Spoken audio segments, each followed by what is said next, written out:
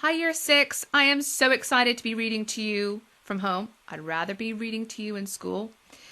Anyway, I've chosen a series of books that I love to read with Year 6, Mr. Gum. This is Book 3, Mr. Gum and the Goblins. I'd love to start with Book 1, but I can't find it. I have a feeling it's at school. Book 2 is a little bit special, so I left that to one side. Here we are, Mr. Gum and the Goblins. Let's start with Chapter 1. Chapter 1, In the Dead of Winter. 'Twas the dead of winter, and the little town of Lamonic Bibber lay under a blanket of snow and ice. Everywhere you looked, there was snow and ice. On the trees, snow and ice. On the ground, snow and ice. Inside the museum of snow and ice, snow and ice. It was the coldest winter that anybody could remember.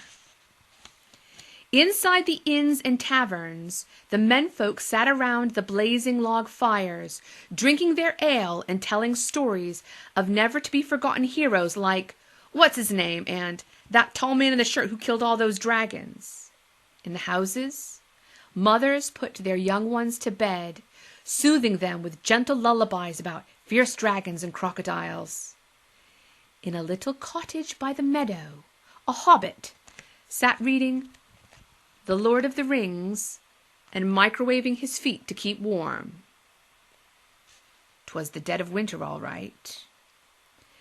The streets of Lamonic Bibber were quiet at that late hour, but presently there came the sound of footsteps as 3 shadowy figures turned into the high street, and now I will tell you who they are, for I have seen them before, and perhaps you know them too.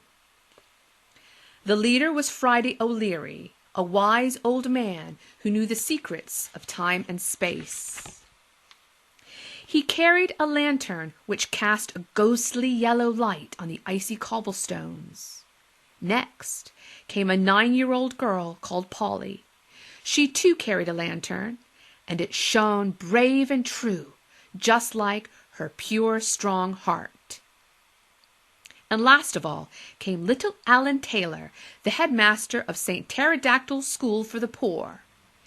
He was a gingerbread man with electric muscles, and he was only 15.24 centimeters tall. Alan Taylor was far too small to carry a lantern, but he had coated an acorn in the glow-in-dark paint, and that was almost just as good.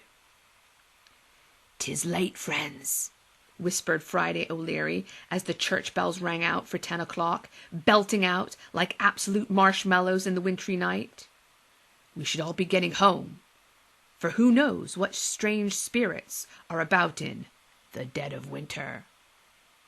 "There are no strange spirits," chuckled Alan Taylor. "Methinks you have been spending too much time in the taverns, listening to the idle tales of drunken fools." "Hey!" said Polly. "Why is everyone a-talking all funny, like in weird old books? We only done came out to get a takes-away kebab." You could do that kind of thing before lockdown. But just then a horrible wailing noise came on the wind, like an out-of-tune opera singer being dragged down a blackboard. Polly and Alan Taylor jumped in fright, and Friday did a dozen press-ups in terror. "Whoop!" he trembled. "What was that?" "I got no idea," gulped Polly, "but I don't like the sound of that one little bit." "What if," squeaked Alan Taylor, bravely weeing himself in fear, "what if it's Mr. Gum?" Now, at the mention of that name, they all went very quiet, because there was nothing worse than Mr. Gum, not even accidentally falling into a volcano full of history teachers, even worse than Year 6 teachers. For Mr. Gum and his no-good friend Billy William III were the worst criminals Lamonic Bibber had ever seen, and they had done some of the most shocking things of all time, including 1. Trying to poison a massive whopper of a dog called Jake to death and destruction. That was in book 1. 2. Trying to steal £1 billion off poor little Alan Taylor. That was in book 2. 3. Tons of other stuff I can't think of right at the moment. But Alan Taylor, no one's seen Mr. Gum for ages, said Polly. Nonetheless, he might have come back, replied Friday gravely, for as the famous saying goes, he might have come back. Let us investigate. And the 3 friends set off to see what was what, their lanterns swinging hopefully against the darkness. With each step they took, the wailing grew louder until